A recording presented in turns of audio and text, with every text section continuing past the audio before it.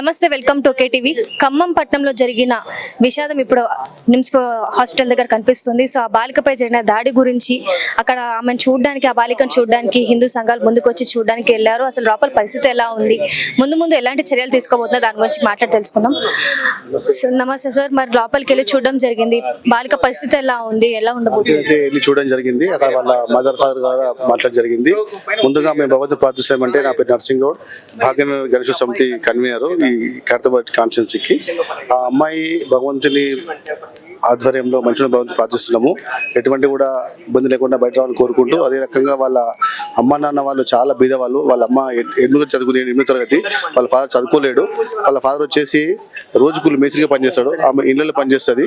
ఈ రకంగా మనము చేసే కార్యక్రమాల్లో మనము వారికి ఎటువంటి ఆటంకం లేకుండా ఈ రోజు దేశమంతా షీ టీమ్ అని చెప్తున్నారు. ఎక్కడ ఉన్నారు రేవంత్ రెడ్డి గారు, సీఎం గారు, ఎక్కడ యంత్రాంగం ఉంది, ఎక్కడ పోలీసు, మహిళల పట్ల ఎటువంటి చర్య తీసుకుంటారు? ఒక అమ్మాయి బయట వెళ్తే ఎంత అమ్మనైనా ఎంత ఇబ్బంది పడుతున్నది ఈ రకంగా తెలుసుకోవడం జరుగుతుంది. కాబట్టి దీన్ని వెంటనే ఖండించాలి. ఆ ఉన్న మొయినుద్దీన్ అనే వ్యక్తికి 100% శిక్షించడం మేము కోరుకుంటున్నాం. ఈ రకంగా ఆ అమ్మాయికి కూడా ఎటువంటి ఆటంకం లేకుండా ఆ పాపని రక్షించి తగిన పారితోషికం ఇచ్చి గవర్నమెంట్ ఆదుకోవాలి, తగు చర్య తీసుకోవాలి. ఆ అమ్మ నాన్న వాళ్ళకు కూడా ఉన్నది క్రమం కాబట్టి ఇక్కడ వాళ్ళకి ఉండడానికి ఒక వ్యవస్థ ఏర్పాటు చేయాలి. హోటల్లో వాళ్ళు వివరాలు చెప్పేసి వాళ్ళకి ఫుడ్తో సహా అన్ని కూడా గవర్నమెంట్ చూసుకోవాలి. ఆ పాపకి ఎటువంటి ఇబ్బంది లేకుండా చూసుకొని చెప్పి తెలియజేస్తున్నాము. ₹1 పరి నష్టం ఇవ్వాలి. ఇట్లాంటి సంఘటన జరిగిన వ్యక్తులను వెంటనే ఉరిశిక్ష ఇచ్చి వాళ్ళని షూట్ అండ్ సైలెంట్ గా చేయాలని నేను వ్యక్తం చేస్తున్నాను. అంతే తప్ప ఇది ఇంకో అమ్మకి జరగకుండా మేము చూసే వ్యక్తులు కాబట్టి ఈ రకంగా ప్రతి ఒక్క అమ్మాయి మీకు జరగవచ్చు, మాకు జరగవచ్చు, మా అక్క చెల్లె జరగవచ్చు. దీన్ని ఈ శిక్షను చూసి ఇంకో వ్యక్తి చేయకుండా ఉండాలని నా విజ్ఞప్తి చేస్తున్నాను. తెలంగాణ గోరక్ష సమితి నుంచి సుభాష్ చంద్ర గారు ఉన్నారు. సో ఆయనతో కూడా మాట్లాడి అసలు లోపల పరిస్థితి ఎలా ఉంది, ఎంత విషమంగా ఉందో ఒకసారి మాట్లాడు అన్న. అసలు పాప పరిస్థితి ఎలా ఉంది, వాళ్ళ తల్లిదండ్రులు ఏమంటున్నారు? వాళ్ళు ఏమంటారంటే, ఇప్పుడు ఆల్రెడీ ఏమంటే సిమెంట్ పట్టెలు చేతులకు వేశారు.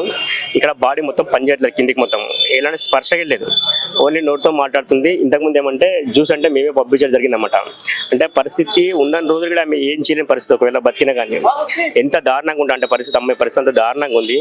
ఆడ మూడు కూడా అసలు ఎంత దారుణమైన పరిస్థితి చేశాడంటే, అమ్మాయిని రేప్ చేసిన తర్వాత అమ్మాయికి చేతులు ఇరగొట్టాడు, పట్టి చేతులు ఇరగొట్టాడంట.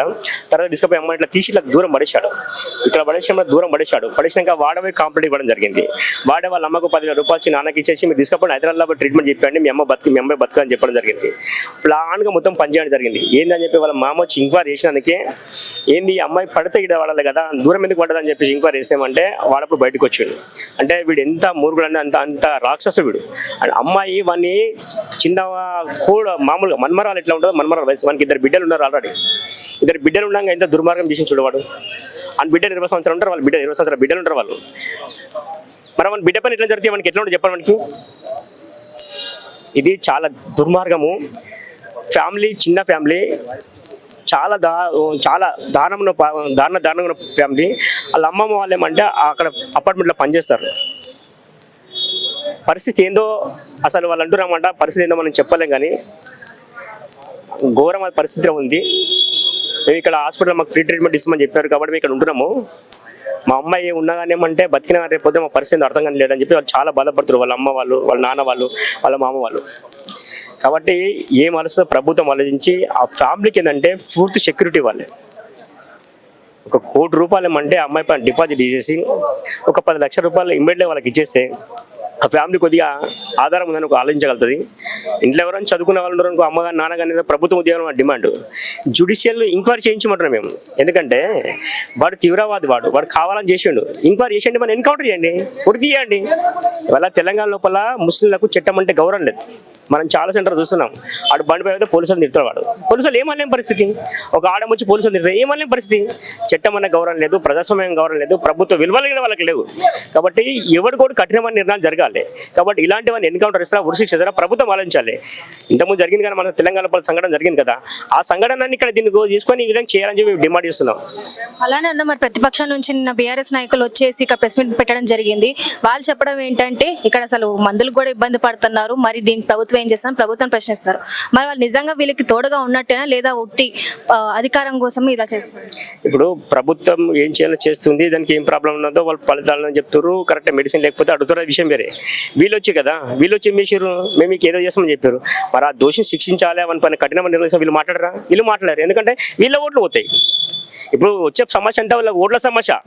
నాకు ఓట్లు పోతూ నాకు ఓట్లు పోదు కాబట్టి మేము ముస్లింలకు ఏమన్నాము, వాడు చంపినా సావని బస్, హిందువులు సావని బస్ అంతే. కానీ వాళ్ళకి ఏమనదు. ఈ మూర్ఖత్వం ఆలోచిస్తున్నాం. ఇక్కడ రాజకీయ నాయకులు, హిందూ రాజకీయ నాయకులు జనం అవుతారు. ఇది ఎన్ని రోజులు సాగదు. ఇది సమాజం చైతన్యం అంతే. బట్టలిప్పి కొడతారు, ఒక్కొక్కరు అర్థం కావాలి. ఇప్పుడు హిందూ అమ్మాయిది అమ్మాయి కాదా, మిగతా వాళ్ళు అమ్మాయి లేకుంటారా? హిందూ అమ్మాయి ఇప్పుడు రేపు పొద్దున అమ్మాయి చనిపోతుంటే సాక్ష్యాల బట్టి రాకుండా కదా. కాబట్టి మానవత్వంతో ఆలోచించాలి. మనకు అధికారం ఉందని చెప్పి పిచ్చి పిచ్చి చేయకూడదు. మనం మానవత్వంతో ఆలోచించి మానవత్వం సహకరించాలి. ఈ ప్రతిపక్ష పార్టీలు కావచ్చు, అధికార పార్టీలు కావచ్చు, ఎవరైనా కావచ్చు. కానీ మానవత్వం అన్న ఒకటి ఉంటుంది, చట్టం అంటే ఒకటి ఉంటుంది. చట్టం పని జరగాలి కదా. వాడికి ఏం చేస్తారు, వాళ్ళ వాడి గురించి ఏం మాట్లాడలేరు. ఇక్కడ వచ్చిన వాళ్ళు వెళ్ళిపోయారు అంతే. ఇంత చిన్న వయసులో ఎంత అత్యాచారానికి పాల్పడ్డాడు. మరి ఆయన వయసుకి పాప వయసుకి ఇది ఉంది. ప్లస్ అలానే తను ఇస్లాం అయి ఉండి ఒక హిందూ అమ్మాయి చేయడం కూడా ఇప్పుడు మొత్తము చాలా కీలకంగా నడుస్తా ఉంది. మరి దీని గురించి మీరేమంటారు? చూడమ్మా, వాళ్ళ దాంట్లో వాళ్ళ గ్రంథాల వాళ్ళ ధర్మంలో రాసింది చిన్న పిల్లలతో సెక్స్ చేయాలని చెప్పేసి. నేను చెప్పట్లే, వాళ్ళ దాంట్లోనే రాసింది. మనమేమో 6 సంవత్సరాల అమ్మాయికి ఈరోజు మనం దేవతలాగా పూజ చేస్తాం. వాళ్ళు ఈ విధంగా అత్యాచారాలు చేస్తారు. ఈరోజు ఏ నాయకుడు ఎందుకు స్పందించట్లేదు అనేది బాధాకరం. కేటీఆర్ స్పందించట్లేడు. ఎందుకు స్పందించట్లేడు అంటే కేటీఆర్ వచ్చేసి మైనార్టీ అపీస్మెంట్ పాలిటిక్స్ చేస్తాడు అనమాట. ఒకవేళ స్పందిస్తే మైనార్టీ ఓట్స్ పడవు కదా. ఈరోజు పిల్లకి ఎట్లయినా న్యాయం చేయాలి. ఇంకా ఎవరెవరైతే నాయకులు ఉన్నారో ఖచ్చితంగా దీని మీద స్పందించి వాడిని ఉరిశిక్ష చేయాలని చెప్పేసి మీరు డిమాండ్ చేయండి అని చెప్పేసి నేను కోరుతున్నాను. అలానే మరి ఇప్పుడు ఈ పాక్సో కేసు అన్నది చాలా కీలకంగా తయారైపోయింది. ఎక్కడ చూసినా గానీ చిన్నపిల్లల మీద అత్యాచారం కానీ ఇలా జరుగుతూ ఉంది. దీనికి అసలు ముఖ్య కారణం ఏమంటారు? ఇప్పుడు ముఖ్య కారణం ఏంటంటే నేనైతే ఈ పోక్సో కేసు అవుతుందో ఖచ్చితంగా ఎవరైతే చేస్తాడో వాడు ఖచ్చితంగా వానికి ఉరిశిక్ష చేయాలని నేను చెప్తా. ఎందుకంటే ఒకవేళ ఉరిశిక్ష చేస్తే ఇంకోటి భయపడతాడు అనమాట. పోక్సో కేసు ఏంటంటే పోతుండు వస్తుండాడు, 3 పూటలు తింటూ జైల్లో, మళ్ళీ బయటికి వస్తుండాడు బెయిల్ మీద. వీళ్ళకి ఏమైపోయిందంటే హల్స్గా అయిపోయింది అనమాట.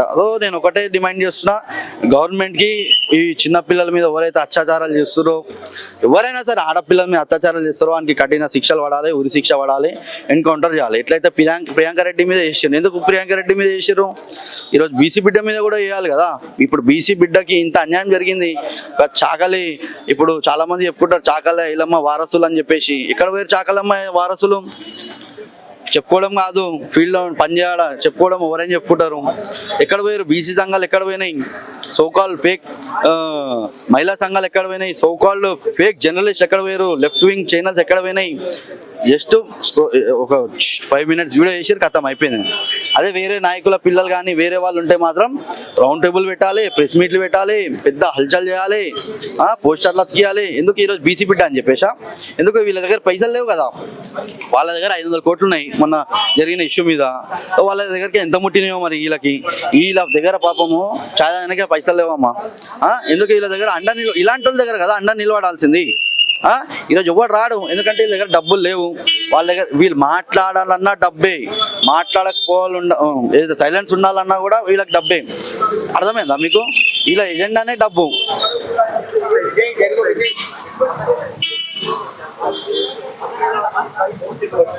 ఇప్పుడు అలానే మరి కాంగ్రెస్ ఏమనంటే సెక్యులరిజం అని చెప్పేసి ఇస్లామిక్ వాళ్ళకి తోడుగా ఉంటుంది. మరి ఈ కేసులో కూడా ఇప్పుడు ప్రభుత్వం మరి ఎటువైపు కను చూపుతుందని మీ అభిప్రాయం? కాంగ్రెస్ ఎప్పుడు సెక్యులరిజం చెప్పలే. రేవంత్ రెడ్డి ఖుద్ చెప్పిండు కాంగ్రెస్ అంటే ముస్లిం, ముస్లిం అంటే కాంగ్రెస్. అర్థం కావాల్సింది మనకి, మనం సెక్యులరిజం అనుకోదు కాంగ్రెస్ పార్టీ ఎప్పుడు. ఎందుకు చెప్పాలా? రేవంత్ ఉద్దీన్, నేను రేవంత్ రెడ్డి కాదు, నేను రేవంత్ ఉద్దీన్ అని చెప్పుకుంది రేవంత్ రెడ్డి. ఇది కాంగ్రెస్ పార్టీ కాదు, ఇది ముస్లిం సోదరుల పార్టీ అని తుమ్మల నాగేశ్వరరావు గారు చెప్పారు. అంటే ఇప్పుడు ఎట్లా సెక్యులరిజం అవుతుంది? వాళ్ళు ఖుద్ చెప్తారు ఇది ముస్లిం అంటే కాంగ్రెస్, ఎట్లా సెక్యులరిజం పార్టీ అవుతుంది? ఈరోజు కాంగ్రెస్ అంటే ముస్లిం, ముస్లిం అంటే కాంగ్రెస్ అని రేవంత్ రెడ్డి అన్నాడు కదా. నువ్వు అన్నావు కదా ముస్లిమ్స్ మరి ఏం చేస్తారు ఈరోజు? హిందువుల మీద అత్యాచారాలు, హిందూ గుళ్ళను గుళ్ళ కొడుతారు, హిందూ అమ్మాయిలను లవ్ జిహాద్కి ట్రాప్ చేస్తారు. ఒకసారి ప్రజలు ఆలోచించాలా. ప్రజలు ఓట్లు వేసిరు. ఈరోజు ఖమ్మం నుంచి 3 మినిస్టర్లు ఉన్నారు. తుమ్మల నాగేశ్వరరావు కానీ, పొంగులేటి శ్రీనివాస్ రెడ్డి కానీ, బట్టి విక్రమార్క కానీ, 3 మినిస్టర్లు మీ ప్రజలు ఎదురు చూస్తారు. ఆ ఆడబిడ్డకి మీరు ఏం న్యాయం చేస్తారనేది. అగర్ మీరు న్యాయం చేయలేరనుకో, మీరు 3 మినిస్టర్లు ఉండి వేస్ట్. ఎందుకంటే మీరు మినిస్టర్ ఉందంటే ఖమ్మం డెవలప్మెంట్, ఖమ్మం ప్రజలకి ఆదుకుంటారని చెప్పేసి మిమ్మల్ని చేసిరు. ఈరోజు కానీ ఆయన ఎన్కౌంటర్ చేయకుండా మీరు కానీ ఎలాంటి చేతులు దులుపుకునే పని చేస్తే మాత్రం ఖచ్చితంగా ప్రజలు మిమ్మల్ని మాత్రం గ్రహిస్తారని చెప్పేసి నేను తెలియజేస్తున్నా. ఖచ్చితంగా మీరు మనసు మీద తీసుకోవాలి. ఖచ్చితంగా మీ ఎవరైతే మినిస్టర్లు ఉన్నారో 3 మినిస్టర్ల పని ఈరోజు వాళ్ళని ఎన్కౌంటర్ చేయించే పని మీది. ఎట్లా చేస్తారా అనేది మీకు తెలుసు. కాబట్టి మాదైతే ఒకటే డిమాండ్, ఆయన ఎన్కౌంటర్ చేయాలి. అమ్మాయికి శాశ్వత చికిత్స ఉండాలి. ఎందుకంటే ఈరోజు గరం ఉంది కాబట్టి అందరు వస్తురు పోతురు. రేపు ఎవరు వస్తారు? ఇంకోటి అమ్మాయికి వాళ్ళ పేరెంట్స్కి 1 crore డిపాజిట్ చేయాలి. 1 crore అకౌంట్లో డిపాజిట్ చేయాలి. ఎందుకంటే ఇప్పుడు వాళ్ళకి కూడా నడవాలి కదా. ఇప్పుడు ఆ అమ్మాయి చదువుకుంటుంది, 12 years. రేపు ఏమవుతుందో చెప్పలేము కదా. అలాంటి అమ్మాయిని ఈరోజు ఏం చేసిన వాడు? కాళ్ళు, చేతులు, వెన్నపు మొత్తం స్పైనల్ కార్డ్ కేవలం మాట్లాడుతుంది అంతే.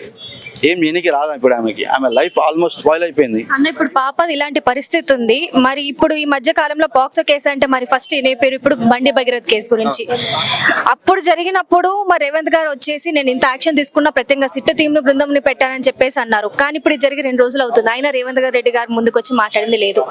మరి అటు ఇటు మరి ఏమైనా పార్టీలు ఇది తీసుకుంటున్నా అంటారా? నేను చెప్పిన కదా ఇప్పటిదాకానే మీకు, ఇక్కడ ఎవరున్నాడు? అత్యాచారం చేసినవాడు ముస్లిం ఉండు. ఎందుకు మాట్లాడతాడు Revanth Reddy? Minority appeasement politics మాట్లాడితే ఓట్స్ పడతాయి కాంగ్రెస్ పార్టీకి. నెక్స్ట్ ఇప్పుడు రానున్న ఎలక్షన్స్ ఏవి? GHMC elections. ఒకవేళ వాళ్ళకు ఎవరైతే ఉన్నారో మౌల్వీలు వచ్చి ఈ అత్యాచారం చేస్తున్న సపోర్ట్ చేస్తారు. ఇంకా అట్లాంటిది ఇప్పుడు ఒకవేళ రేవంత్ రెడ్డి మాట్లాడితే రేవంత్ రెడ్డికి ఎట్లా సపోర్ట్ చేస్తారు వాళ్ళు? అర్థమైందా మీకు? అర్థం చేసుకోండి. రేవంత్ రెడ్డి మాట్లాడడం ఏదో పైన మాట్లాడతాడు. బీసీ బిడ్డ, ముఖ్యంగా చాకలి బిడ్డ, ఇక గరీబ్ వాళ్ళు ఉంటారు. ఇక పెద్ద మా అంటే 2-3 రోజులు వస్తుంది ఈ గరము, ఈ హైప్, తర్వాత క్లోజ్.